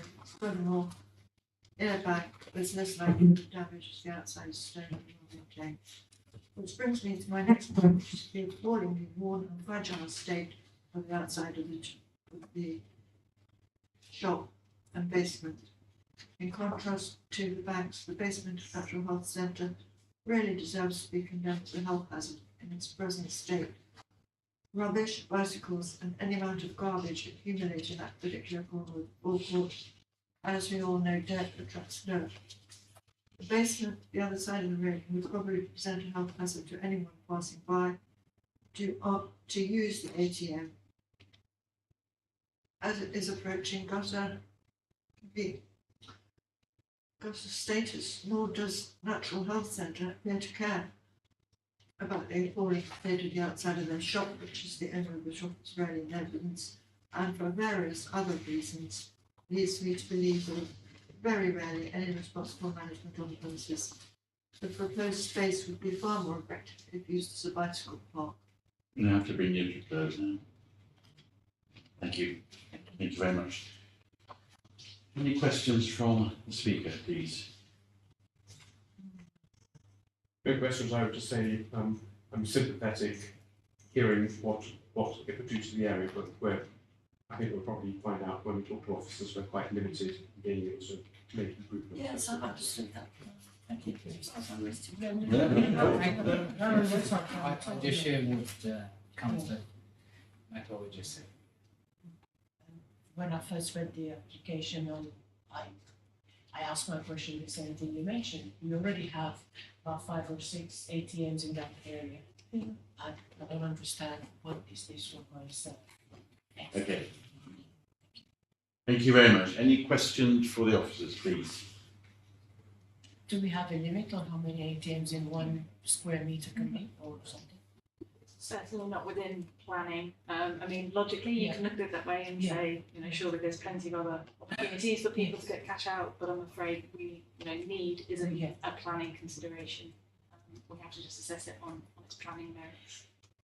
And similar questions I mentioned before, there's nothing that we can do on a planning basis to make the shop tidy up based on putting the cash in. I'm afraid not. I mean, you know, that your comments are noted, and we can certainly take a look, not from a planning perspective, but maybe elsewhere in our council and see. But certainly under the scope of this application, I'm afraid there's nothing we can do, and sort of the state of the shop shouldn't bear any weight in our decision making about the acceptability of this proposal. They do not require a licensing for ATMs, I believe. It's just planning appeal with that. I don't believe a license is required, but I wouldn't necessarily confirm that. It's not my area of expertise. And that wouldn't be part of this application? Yeah. The ATM, is that going to be like worked into the glass window then, if I understand correctly? I return to the... Yeah. And are there safety concerns around that, for instance? About it being sort of set in glazing. Yeah. Not specifically. It's quite a common common situation. I mean, in terms of safety, the applicant has considered it. So actually, during the course of the application, they did provide us with more information, including the illumination and things, to incorporate safety measures. We did consult the Metropolitan Police Designing Outcry, who didn't come back with us with any concerns. I think it's sort of using best practice for how these things should be installed. Does the illumination create any more light pollution in the area, or is it? It's very modest. I mean, it's literally the strip you can see above that, and we have limited the brightness of it by condition. But given it's an existing shop with lighting already, it's very minor, I would say. Okay, can we now please then go to a vote on this? Anybody like to comment on how they're going to make their decision? Okay, so it is recommended that the committee grant planning permission with the conditions listed in section 8 of this report. All those in favour, please raise your hands. Anybody against? Thank you very much. That application is... Yeah, so we then have to do a second. Are you going to talk through this one? I don't think it's necessary unless members would like me to clarify anything on the advertisement consent application. As I said, we have restricted the illumination levels. Other than that, the conditions recommended are standard and apply to all adverts. Okay, so the recommendation is to grant that. All in favour? Any against or abstentions? That then is granted. Thank you very much. So we now go to 7. Thank you very much, Chairman. Just a couple of slides to show you this evening. The application site is the one with the red blob, and you can see the large flat roof area out the rear. It's proposed to put a roof terrace on this flat roof. I've marked there with yellow arrows other roofs along this strip that are clearly being used as amenity spaces. I should say that it's proposed for the terrace use not to fill the full area of this flat roof. The application was amended to reduce that quite significantly. You can see the extent of the terrace marked there. And I very crudely, I would say this is crudely showing you on this drawing roughly where that would be in comparison with some of the other terraces. So relatively speaking, quite a modest terrace on that roof is proposed. Thank you, Chairman. Thank you. There are no speakers. Any questions on this application, please? Okay, then if we can go to a vote, would anyone like to comment before we go to a vote on decision making? So the recommendation of the committee grants planning permission with the conditions listed in section 8 of this report. All those in favour, please raise your hands. That is unanimous. Nobody against, nobody abstaining. Thank you very much. So we now go to Penzance Place. Chairman, so this application is exploring permission for a roof terrace and associated enclosure to allow the access to the roof. This is the area view. The application side again has been marked in red arrow. As you can see, there are various roof terraces within the area and roof enclosure, including the adjacent properties. This is the view from the street scene. That's the application side with the red arrow. You can see there are some railings and other structures adjacent to the side. And that's the photograph. On the left-hand side, the front elevation, and on the right-hand side is the existing rear elevation. You can see again the existing enclosure, the adjacent property. This is the existing and proposed front elevation. The existing and proposed rear elevation showing the proposed enclosure. The existing and proposed section. As you can see from this drawing, the proposed railings would be set away from the front parapet, and the enclosure is proposed with the sloping roof to reduce its visual impact on the street scene. And that's the proposed roof terrace. The roof again, and some visuals showing the proposed roof terrace and the enclosure. And that concludes my presentation. Thank you. Thank you. We have no speakers on this. So any questions to the officers, please? Just a recommendation to the officers when they recommend pollinators, if possible. Oh, within the condition. Even if there's one lavender bush, I'll be happy. That's all right. The condition 3 is recommended for the details of the landscaping of the front, so yeah, we can put something there. I have a question. I find, you'll tell me what the policy says, but I have no problem with the use of it as a terrace, and I do know that other people have got terraces in that area. The cabin for the stem enclosure or whatever is looking too big and too dark and too obvious to me, too dominant to me. But obviously officers will say why they assess that to be acceptable and it not being visible. My biggest concern is if you look from the street, everyone else has got some very basic railings or nothing. That will have a sort of forest growing at the front, and that will disrupt the sort of quite neat and quite neat pattern that will really stick out. No one else has got that. Is there any reason why have officers required that sort of forest at the front? I believe the garden at the front is to set away the railings and to improve SATs.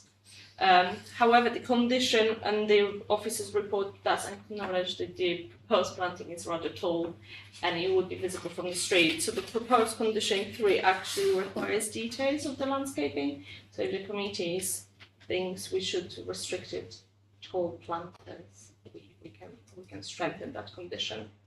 I would like, for my own view, would be and accepting that the enclosure is big, but the planting should not be visually obtrusive from the street, and noting that plants grow, that's also a problem as well. So they do need greenery up there. It should be sort of surface level, and not out just me say, yeah.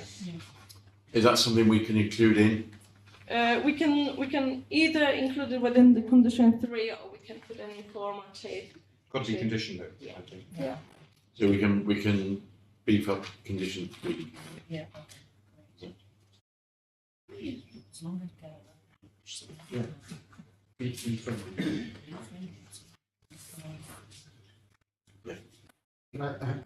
Just for the purposes of beefing up condition 3, can I just be sure what in particular we are putting into the condition? Is it a limit on the height of any plants for paraphernalia on the roof. Is that what you mean? Yes, well, for me, it would be that it would be visually intrusive and therefore and disrupt the terrace, and therefore, even though if they do want to be planting, it's got to be plants that don't grow and won't cause. So, you mean also the thickness maybe and the intent, Well, it's more the height, isn't it? density or the height? It's the view from the street. There's quite long views in that triangle bit of woodland. And no one else has done it. And, the living things, not buildings or structures. Don't think we can limit the height of the plants. We can deal with it through the type of plants. Type in the of plant, landscape. yeah. Type of plants No to be- trees, more shrubs, type of plant. Let me just, So I suppose we could amend condition 3.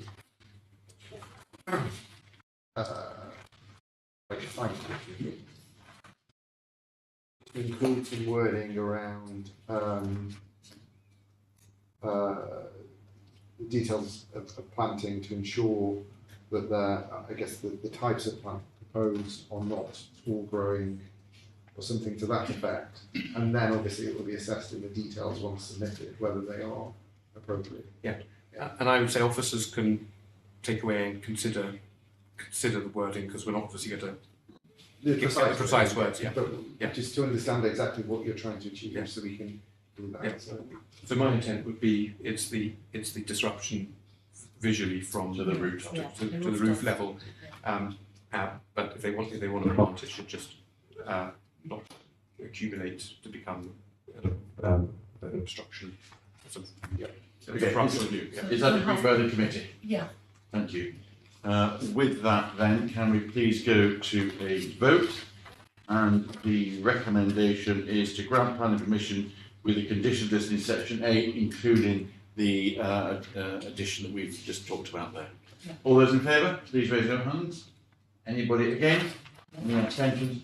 Thank you very much. And we now move to the final application, which is Open Road.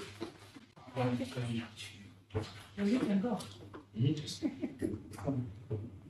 Do you want to just leave the room, I think? Do you have Mr. to Fletcher? leave? Yeah. So you're If you're choosing yourself, yeah. Thank you. Thank you, Chairman. So this application seeks planning permission for a lower ground floor extension and replacement of doors and windows. This is the area view showing the application site with the red arrow and some lower level extensions within the vicinity of the site. The photograph on the left-hand side shows the existing rear elevation and the existing lower level extension, and the photograph on the right-hand side shows the view from the property towards the garden.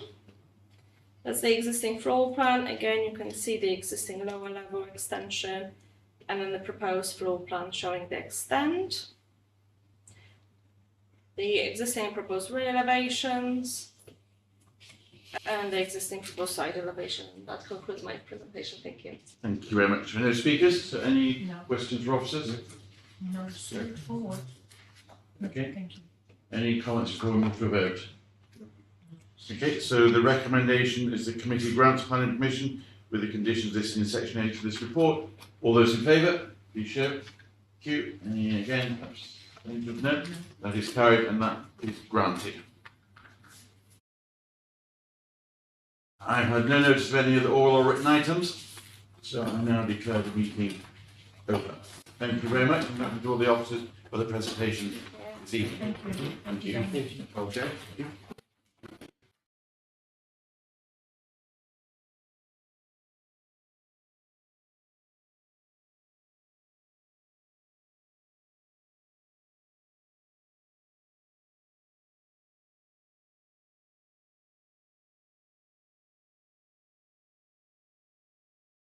I just think shut down.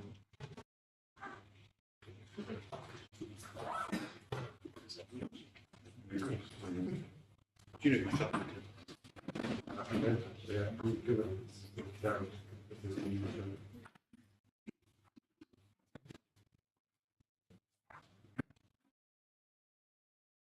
I'm not sure.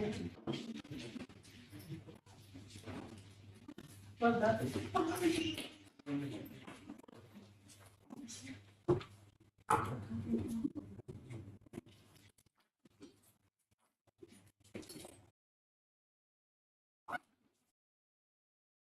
Thank you very much, everybody.